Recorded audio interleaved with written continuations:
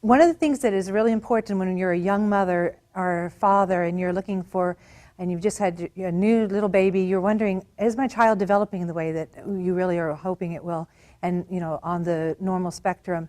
And so one of the things that you want to look for very early on, and we can tell as early as about 4 months to 6 months old, is does the child look at the sound? If there's a loud sound in the room, do they turn their head the way that you would expect?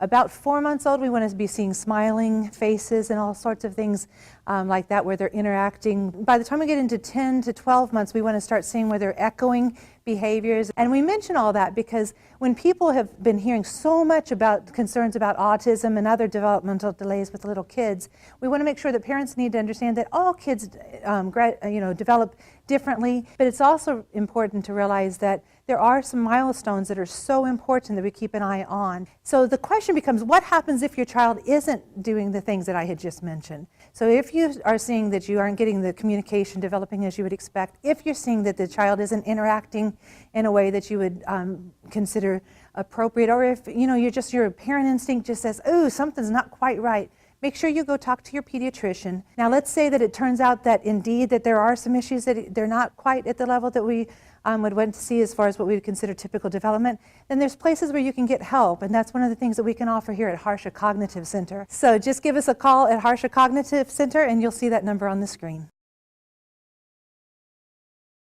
The views expressed in this program are those of the presenters and sponsors and are not necessarily those of WTHI-TV or its corporate parent.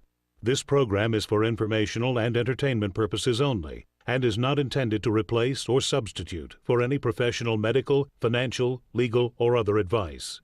WTHI-TV makes no representations or warranties regarding this program.